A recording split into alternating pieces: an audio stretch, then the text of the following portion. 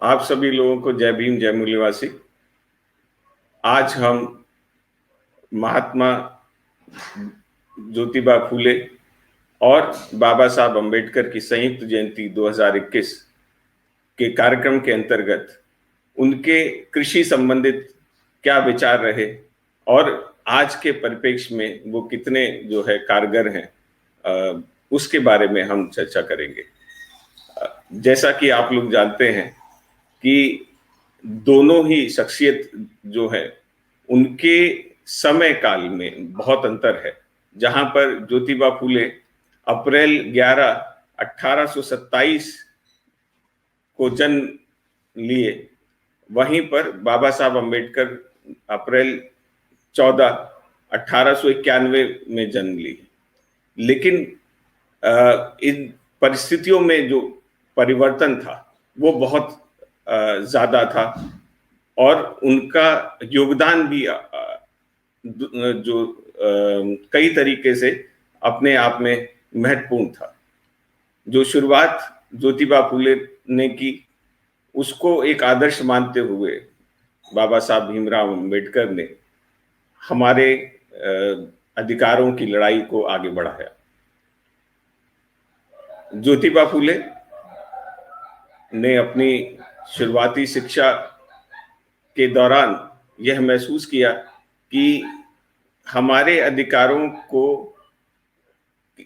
जो सामाजिक व्यवस्था के में बहुत अच्छी तरीके से उस नहीं दे पा रहे हैं, हमारे अधिकारियों को रोका गया है। तो ये एहसास भी तब उनको हुआ क्योंकि ज्योतिबा फूले एक फूलों से जुड़ा हुआ व्यवसाय था। उनके पिताजी फूलों का व्यवसाय करते थे। वे सतना से पुणे में आए। वहां पर उन्होंने अपनी प्राथमिक शिक्षा के बाद थोड़ा सा मिशनरी स्कूल की शिक्षा भी ली। 21 वर्ष में जब वे 7वीं कक्षा की अंग्रेजी की पढ़ाई कर ली, तब उनको इस बात का अंदाजा हुआ कि शिक्षा जो है वो आपको अनेक प्रकार के ज्ञान का एक भंडार देती है, जिसकी वजह से उन्होंने तमाम ग्रंथ, धार्मिक, पुराण आदि जो है उनका ज्ञान प्राप्त किया। आज जो हमारा विषय है कि कृषि संबंधित उनका योगदान क्या रहा, तो ज्योतिबा फूले क्योंकि कृषक परिवार से ही थे, कृषक परिवार और उसमें उनके पास 60 एकड़ करीब जमीन थी, जिसमें वो फूल उगाकर उसका व्यापार भी करते थे। तो कृषक परिवारों की जो समस्याएं थी उनसे वाकिफ थे। उन समस्याओं पे उन्होंने जो है कई प्रकार से उसको एक मंच पे लाने का प्रयास किया। लोगों को उस व्यवस्था से लड़ने के लिए उन्होंने कई कार्यक्रम चलाए। गांव का स्वरूप जो दोनों लोगों के समय में था वो काफी अलग था। ज्योतिबा फूले जी के समय में गांव शुरुआत के दौर में शूद्र, क्योंकि वो एक शूद्र समाज से आते थे, तो गांव का स्वरूप उस समय जो था वो धीरे धीरे छोटी छोटी जातियों में विभक्त हो रहा था। जो शूद्र जिस प्रकार के व्यवसाय में चले जाते थे, उनकी अलग अलग जातियां जो है वो बन रही थी। जैसे उसी समय जो लोग उनके क्षेत्र में पूर्ण रूप से कृषि पर आधारित थे, उनको कुनबी जाति में कर दिया गया। जो लोग सिंचित खेती करते थे, जिनके पास सिंचाई के साधन थे, फल, सब्जी, फूल इत्यादि की खेती करते थे, वे माली समाज में उनको विभक्त कर दिया। ऐसे ही जो लोग अपने व्यवसाय के लिए अपनी रोजी रोटी के लिए जानवरों का पालन करते थे, उनके साथ रहते थे, उनको एक अलग जाति, डंगर जाति में विभाजित कर दिया। तो पहले इन इन सभी लोगों का आपस में एक दूसरे से संपर्क था, जान पहचान से ज्यादा संपर्क शादी विवाह तक भी था। लेकिन धीरे धीरे यह जो है और गहराता गया। दोनों ही शख्सियत की लड़ाई, जो एग्जिस्टेंस यानी कि प्रत्येक समाज के व्यक्ति का को जीवन, अच्छे जीवन का जो अधिकार है, उसके लिए लड़ाई थी। इसलिए फूले साहब ने शुरुआत जब की तो उन्होंने एक किताब लिखी, शतकन्याचा आसुड़, जिसमें उन्होंने बताया कि कैसे ब्राह्मणवादी व्यवस्था जो है वह किसान के पास सब कुछ होते हुए भी धीरे धीरे उनसे सब कुछ ले लेती है। उसके जन्म से पहले ही तमाम जो सामाजिक व्यवस्थाएं हैं, समाज में जो कर्मकांड है, उसके माध्यम से जो चीजें किसान के पास हमेशा रहती हैं, जैसे घी, तेल, अनाज, गुड़, फल, नारियल इत्यादि और धन, ये सब चीजें जो है वे उनसे दान के रूप में और अनेक तरीके से जो है उनसे लेने लगे। उसमें उन्होंने यह भी बताया कि कैसे जो किसान अपने आप में सभी प्रकार से सक्षम थे, वो धीरे धीरे कैसे वो अपना रोजगार से दूर होते गए, गरीब होते गए और आपस में भी ये बट गए। इसके 1873 में उन्होंने एक गुलामगिरी किताब लिखी, जिसका मुख्य उद्देश्य जो है, जो ग्रामीण क्षेत्र में जो लोग हैं उनको उन सारी व्यवस्थाओं से बाहर निकालने का था। ये जो कृषि आधारित जितना व्यवसाय थे, उसमें ज्यादातर यह देखा गया कि ये जीवन जीने की जो आत्मनिर्भरता थी, उसको धीरे धीरे खत्म किया गया, उनको गुलाम बनाया गया। उनको आगे बढ़ने के लिए जो भी व्यवस्थाएं चाहिए थी, उस पर रोक लगाई गई। आपके यहाँ कर्मकांड के लिए वो आ सकते थे, लेकिन आप उनके यहाँ पे शिक्षा नहीं प्राप्त कर सकते थे। आपको जो भी करना, जो भी सामाजिक कार्य था, उसके लिए उनके बगैर जो है वो आप उसको आगे नहीं बढ़ा सकते। कृषि क्षेत्र में उस समय कृषि का जो उत्पादकता बहुत कम थी। फसलें ऐसी थी जो बहुत ज्यादा समय पे पकती थी या आसानी से उन पर पर्यावरण का जो है प्रभाव हो जाता था। यानी उस समय जो गेहूं होता था वह भी बहुत लंबा होता था और उसमें बाली जो है वह बड़ी छोटी होती थी। यह इस वजह से था क्योंकि उस समय उस पर जो रिसर्च था, जो प्रौद्योगिकी था, टेक्नोलॉजी थी, वो बहुत अच्छी नहीं थी। हमारे यहाँ पे सिंचाई की सुविधाएं भी जो हैं वो बहुत कम थी, जिसकी वजह से जिस साल बारिश अच्छी होती थी, मानसून अच्छा होता था, उस साल पैदावार अच्छी होती थी। किसान ज्यादातर अनपढ़ थे, पारंपरिक तरीके से ही खेती करना जानते थे और उनको बाजार के बारे में पर्याप्त जानकारी नहीं थी। बाजार भी जो होता था वो एजेंटों के पास होता था। एजेंट किसानों को ठगने का काम करते थे और उनके पास ना तो कोई पर्याप्त और ठोस ऋण की जो है व्यवस्थाएं होती थी, जिसकी वजह से वे गांव में जो बैंक ना होने की वजह से जो सूदखोर थे, उनके चक्कर में किसान जो है वह पड़ जाता था। दो कारण थे उसके। हमारा जो सामाजिक व्यवस्था थी उसमें इतने कर्मकांड थे जिसकी वजह से किसान को बहुत सा पैसा उस पर खर्च करना पड़ता था। वे अपनी आय से ज्यादा जो है उस पर खर्च करते थे, जिसका फायदा जो है दूसरी व्यवस्था जो ब्राह्मणवादी व्यवस्था थी उसको मिलता था। वे धीरे धीरे उसका फायदा उठाते थे और इसकी वजह से सामाजिक रूप से, आर्थिक रूप से, राजनीतिक रूप से, सांस्कृतिक रूप से जो है किसान जो है वो त्रस्त हो गया और गरीब से गरीब बनता चला गया। वो गरीबी जो है वो बढ़ती चली गई। महात्मा फूले ने इसीलिए धर्म के साथ साथ किसानों को की जो स्थिति थी उस पर भी बहुत कार्य किया। उनका कहना था कि धार्मिक कार्यों के कारण शूद्र और जो जो हमारा जो शोषण होता है उसके क्या क्या वजह है और क्यों ऐसा किया जाता है, उस पूरी जो अर्थशास्त्र है उसके बारे में बताया उन्होंने।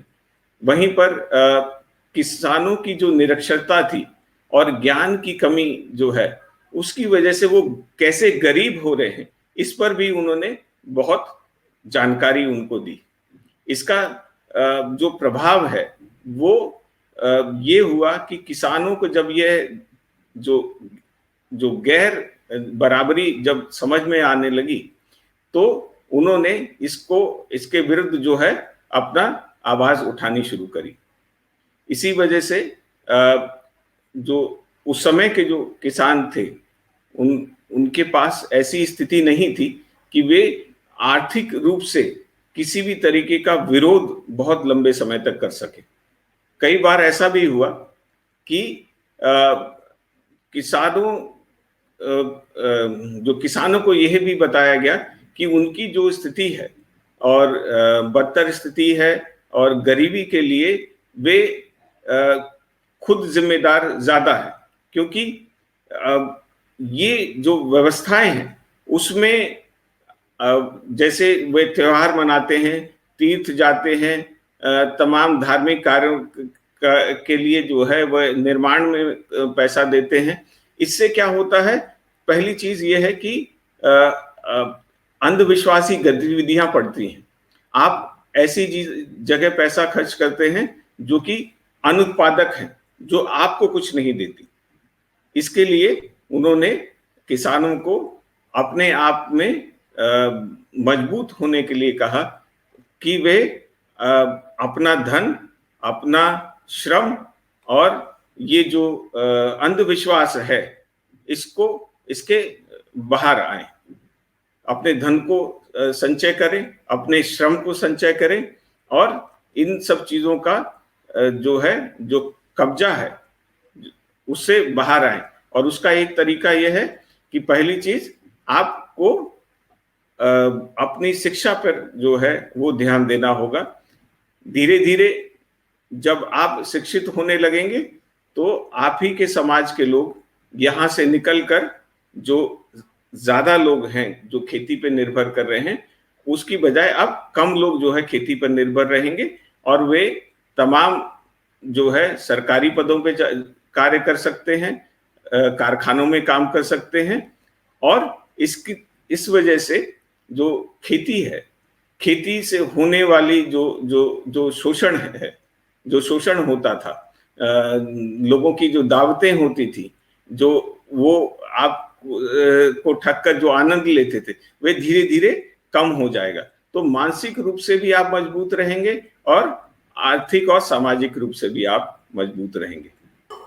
महात्मा फूले ने महाराष्ट्र में दबे कुचले वर्गों के आर्थिक उत्थान के लिए पश्चिमी देशों में जो कृषि का जो तरीका था और वहां पे जो लोगों ने आर्थिक प्रगति की है उसको जो है एक उदाहरण के रूप में लिया और उन्होंने कहा कि ग्रामीण जो लोग हैं उनका निर्वाह जो है कृषि के साथ साथ संबंधित जो गतिविधियां हैं उस पर भी निर्भर करता है। तो जो बीज, उर्वरक, फसल और जो है वैज्ञानिक जानकारी, वह भी किसानों के लिए बड़ा आवश्यक है। और कृषि का विकास जो है उसके लिए कुएं, उस जमाने में कुएं से खेती होती, मतलब सिंचाई होती थी, तो कुएं या ऐसी टंकी या सिंचाई की व्यवस्था जो है वो होनी चाहिए। उनके हिसाब से भी कृषि पर जो 12 मास जो है हमारा पानी की व्यवस्था का कुछ इंतजाम होना चाहिए। उन्होंने इसीलिए 1876 में जो मूथा नदी पर पुणे से जो बांध निर्माण के लिए मुंबई सरकार को जो है बहुत ही सराहा और उनको सपोर्ट किया। बाबा साहब, जो कि एक लंबे अंतराल है इस बीच में, उनके समय में ही बैंक आ चुका था, लोग कुछ हद तक शिक्षित भी हो चुके थे, क्योंकि जो चीज ज्योतिबा फूले साहब ने शुरू करी थी, वे धीरे धीरे समाज में छोटे छोटे स्कूलों में और लोगों के ज्ञान का जो स्तर था वो बढ़ गया था। उसकी वजह से जब वे विदेश पढ़ के वापस आए तो उन्होंने देखा कि उन्होंने एक बहुत अच्छी किताब लिखी थी, small holdings and problems of, मेरे ख्याल से मार्जिनलाइज्ड पीपल ऐसे ही है। ये जो किताब थी, इसमें छोटे किसानों से जुड़े हुए, क्योंकि अगर आप अभी भी देखें तो भारत में जो भी जोत का आकार है, खेतों का आकार है, वह इतना छोटा है कि हमारे समाज के ज्यादातर लोग या तो उनके पास बहुत छोटी जमीन है या जमीन नहीं है। तो ऐसे में क्या ऐसी व्यवस्था हो जो कि उनको अपने जीवन यापन के लिए संपूर्ण रूप से चीजें मिल सके, और दूसरा उनके पास कैसे वो चीजें एक लंबे समय तक उनके साथ रहें। तो इस किताब के माध्यम से उन्होंने यह बताया कि पहली चीज, किसानों के पास सिंचाई की व्यवस्था होनी चाहिए, साल भर सिंचाई का जो इंतजाम सरकार करे, और इसके लिए सरकार जो है उसमें निवेश करे। कई तरीके से हो सकता है, कुएं, ट्यूबवेल की व्यवस्था करके हो सकता है, और कुछ ऐसे क्षेत्र जहां पर कुएं और ट्यूबवेल बहुत गहराई तक हैं, वहां के लिए बाबा साहब ने एक प्लान दिया था, जैसे साउथ इंडिया यानी कि दक्षिण भारत, जहां पर बहुत पानी की किल्लत है, वहां पर उन्होंने कहा था कि हम अपनी नदियों को नहरों के माध्यम से कनेक्ट कर सकते हैं, जिससे जैसे उत्तर भारत में नदियां हैं उसी तरीके से दक्षिण भारत में भी साल भर पानी मिलता रहे। जैसे उत्तर भारत की नदियों में साल भर पानी रहता है, उसी तरीके से दक्षिण भारत में भी यह पानी रहे। और न केवल ये, इस माध्यम से बहुत सी बिजली बन सकेगी, क्योंकि इसको बनाने के लिए, पानी को डाइवर्ट करने के लिए हमें बांध बनाना होगा, और बांध से नदी बिजली बनेगी, नहरों में पानी जाएगा, और पर्यावरण का भी हम बचाव कर सकते हैं। दूसरी जो बात इस किताब में कही गई थी वह थी उचित मूल्य के लिए। उचित मूल्य का मतलब यह है कि जो भी खर्चा उस क्षेत्र में, क्योंकि हर एक क्षेत्र में वह खर्चा अलग हो सकता है, तो उस क्षेत्र के हिसाब से जो भी फसल उत्पादन के लिए खर्चा आता है उसमें 15% इंक्रीमेंट होना चाहिए, यानी कि 15% उसका जो है प्रॉफिट लेवल जो है वो किसान का होना चाहिए। इतना जो है अगर उचित मूल्य मिलेगा तो कृषि जो है वह आगे बढ़ेगा, विशेषकर छोटे किसानों के लिए। उन्होंने चकबंदी की भी बात करी। चकबंदी यानी कि छोटे-छोटे जो खेत हैं, जो बँटवारे की वजह से अब इस हालत में आ गए हैं कि उन पर किसी एक व्यक्ति का जीवन नहीं चल सकता। वो अच्छी ज़िंदगी नहीं दे सकते, उनको अच्छी अ खाने की व्यवस्था नहीं दे सकते। तो ऐसे खेतों को कई तरीके से जो है वो एक जोड़ा जा सकता है सामूहिक खेती के माध्यम से, और सामूहिक खेती के माध्यम से कुछ लोग उतनी बड़ी ज़मीन पर खेती करें और बचे हुए लोग वो शहरों की तरफ जाएँ, कारखानों में काम करें, और इससे 2 लाभ हैं। जो खेती में अनुपयोगी जो जनता है, जो उसका उपयोग हम शहरों में अपनी इंडस्ट्रीज में, कारखानों में इस्तेमाल कर सकते हैं। तो इसके माध्यम से वे एक और चीज़ यह कहना चाहते थे कि परिवार पे भी हमें यह बंदिश लगाना ज़रूरी है। अगर 4 भाई हैं, तो अगर खेती सिर्फ़ एक के लायक है, तो बाकी 3 बाहर निकलें, अन्य व्यवसायों में अपना ध्यान केंद्रित करें। इसी किताब में बात कही कि कृषि को उद्योग का दर्जा भी देना चाहिए। उद्योग का दर्जा देने का मतलब ये है कि अगर कृषि को उद्योग का दर्जा मिलता है, तो जैसे अभी हर एक उद्योग में उद्योगपति को अपने उत्पाद का मूल्य निर्धारित करने की व्यवस्था है, वैसे ही यह कार्य हम कृषि में भी कर सकेंगे। तो इसके लिए उन्होंने कृषि को उद्योग का दर्जा देने की बात कही, और इससे फायदा यह भी था, जैसे उद्योग में ऋण की व्यवस्था होती है, वैसे ही स्पेशल ऋण की व्यवस्था वो कृषि क्षेत्र के लिए भी की जाए।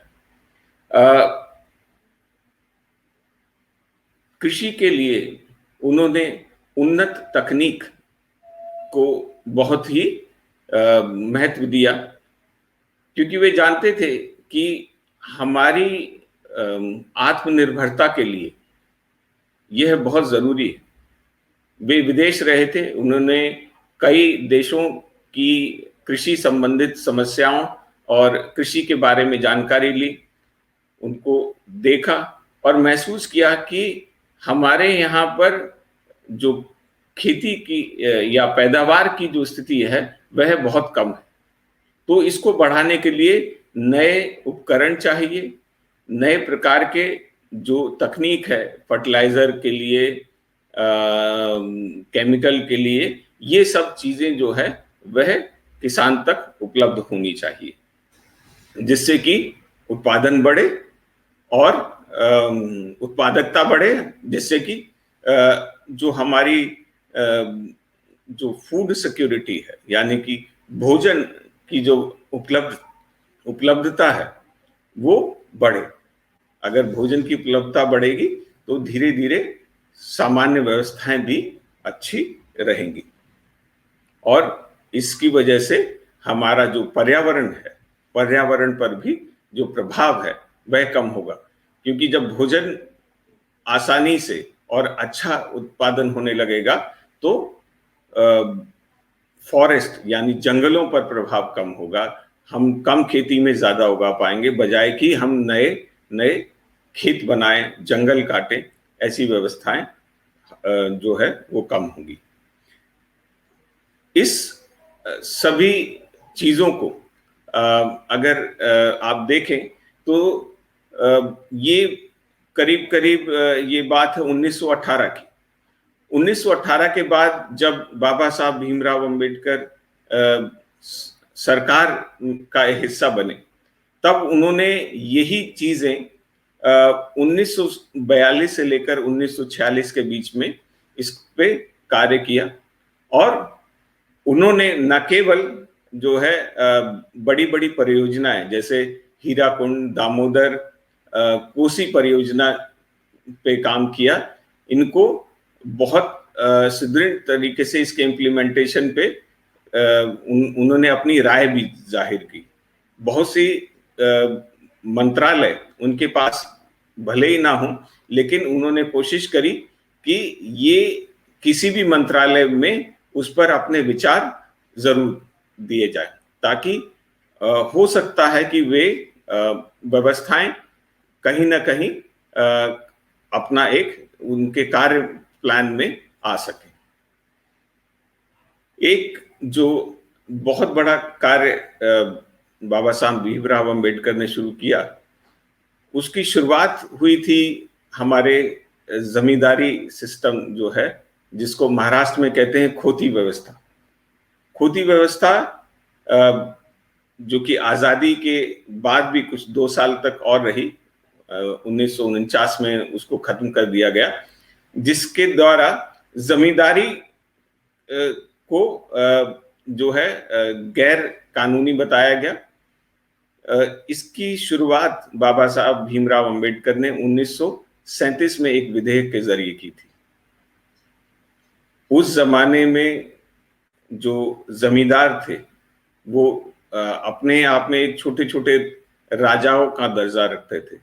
ऐसी ताकतवर जो लोग थे उनसे लड़कर ये अपने आप में एक बहुत ही ऐतिहासिक कदम था, जिसकी वजह से किसान जो है, वहाँ के किसानों का जो उन्नति हो सकी और वो इस प्रकार से अच्छे मुकाम पर आ सके।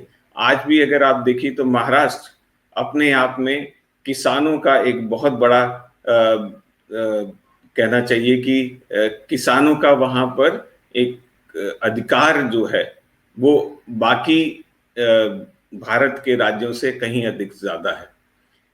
वहाँ पर किसान कोऑपरेटिव इतना मजबूत है कि विदेशों में उनकी उत्पादन का जो है एक अपनी इमेज है। उनके द्वारा भेजे गए बहुत से ऐसी चीजें हैं, जैसे महाग्रेप जो कि इंटरनेशनल एक ब्रांड भी है।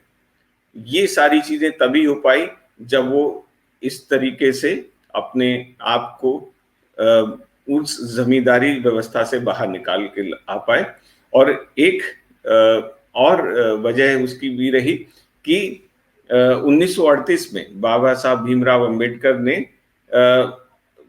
जो एक विधेयक और लाए थे, जिसमें उन्होंने यह कहा कि किसानों को अपने परिवार की के लिए जो है उसकी सीमा भी तय करनी चाहिए, क्योंकि यह ना होने की वजह से, परिवार बड़ा होने की वजह से बंटवारा होता है, जमीनें छोटी होती हैं, और जमीनें जब छोटी होती हैं तो हम एक गरीबी के कुछ चक्कर में फंसते जाते हैं। हम गरीब इसलिए होते हैं कि हमारी आय कम है। आय जब कम हो जाती है तो हम धीरे धीरे अपना अन्य जो चीजें हैं उसको भी कम कर देते हैं। जैसे हम अपनी एजुकेशन पे खर्चा कम करने लगते हैं, अपनी जो रिस्क लेने की व्यवस्था है वो हमारे पास कम हो जाती है। हम कुछ नया कार्य करने की कोशिश नहीं कर पाते हैं। तमाम ऐसी चीजें हैं जिन पे उन्होंने उस समय कार्य किया और किसानों को एक बहुत ही अच्छे और मजबूत रास्ता दिखाया। अगर आज की भी हम बात करते हैं, वर्तमान समय में भी अगर आप देखें कि जो भी किसानों से जुड़ी हुई समस्याएं हैं, उसमें बाबा साहब भीमराव अंबेडकर और ज्योतिबा फूले जी के वही कथन जो है वो कितने कारगर सिद्ध होते हैं। जहां ज्योतिबा फूले साहब ने किसानों को अपने धार्मिक कर्मकांडों से बाहर आने के लिए कहा, उनको इन सभी चीजों से मजबूती से लड़ने के लिए कहा, वहीं पे बाबा साहब भीमराव अंबेडकर ने तमाम कानूनों के द्वारा, जैसे लेबर कानून, तमाम जो है जमीन से जुड़े हुए कानून बना के जो उन लोगों को मदद की, वे सभी जो है आज के दौर में उस चीज का फायदा उठा रहे हैं और जो भी समस्याएं हैं उसका निदान पा रहे हैं। इन्हीं सब बातों के साथ मैं आप सभी लोगों को पुनः बहुत बहुत धन्यवाद। और इस जो संयुक्त जयंती पर मैं आशा करता हूं कि हमारे किसान भाई जरूर उन्हीं हमारे महापुरुषों के बताए गए पद चिन्हों पर चलेंगे। अपने आप को मजबूत बनाने के लिए जो व्यवस्थाएं ज्योतिबा फूले साहब और बाबा साहब भीमराव अंबेडकर ने दी हैं, हम उन पे कार्य करेंगे। जय भीम, जय मूल्यवासी।